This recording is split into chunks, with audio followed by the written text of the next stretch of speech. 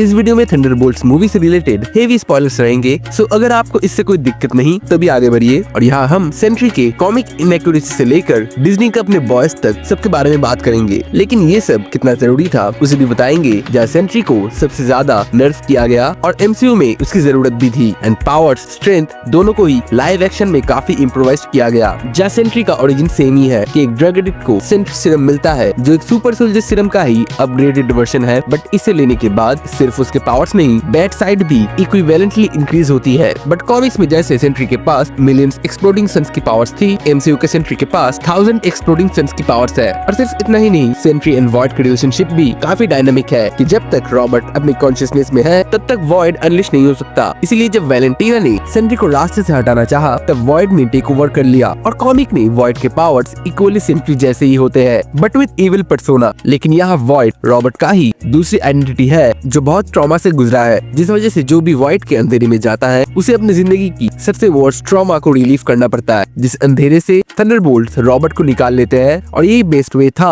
Thunderbolts के लिए, क्योंकि डायरेक्ट फाइट में तो सेंट्री के सामने 2 मिनट भी ये लोग टिक नहीं पाए, फिर वॉइड तो इनके एग्जिस्टेंस ही इरेज कर देता। सो ये साइकोलॉजिकल थिंग ही इकलौती वे आउट थी, जिसके बाद वैलेंटीना भी अपने आप को मुसीबत से बचाने के लिए थंडरबोल्ट्स को लाइव न्यूज में न्यू एवेंजर्स का टैग दे देती है, जिसके बाद वैलेंटीना बच तो जाती है बट उसके हाथों में से कंट्रोलिंग पावर्स चली जाती है। जहाँ हम पोस्ट क्रेडिट सीन में देखते हैं 14 मंथ्स लेटर ये लोग क्राइम फाइट का काम तो कर रहे हैं, लेकिन ये वॉट के हीरोज जैसे एवेंजर्स है जिनका एवेंजर्स जैसे सिर्फ लोगों को बचाना ही काम नहीं है, इन्हें पब्लिसिटी भी चाहिए, जिसमें रेड गार्डियन तो फेल हो जाता है। और इसे लेकर सैम विल्सन खुश नहीं है, क्योंकि जो लोग एवेंजर्स का नाम यूज कर रहे हैं वो न्यू नहीं डार्क एवेंजर्स कैटेगरी से है, और सैम विल्सन एवेंजर्स के नाम को लेकर इन्हें सू करना चाहता है। और बकी भी सैम को मना नहीं पाता, और येलेना कहती है space is full, I guess it's full of threats. और इन 14 महीनों में इन्होंने शायद काफी कुछ देख लिया है और जान लिया है गैलेक्सी के बारे में, या फिर पिछले दिनों में थैनोस ने जो किया उसे लेकर कहा जा रहा है कि स्पेस में भी काफी सारे थ्रेट्स है जो इनके लिए खतरा है।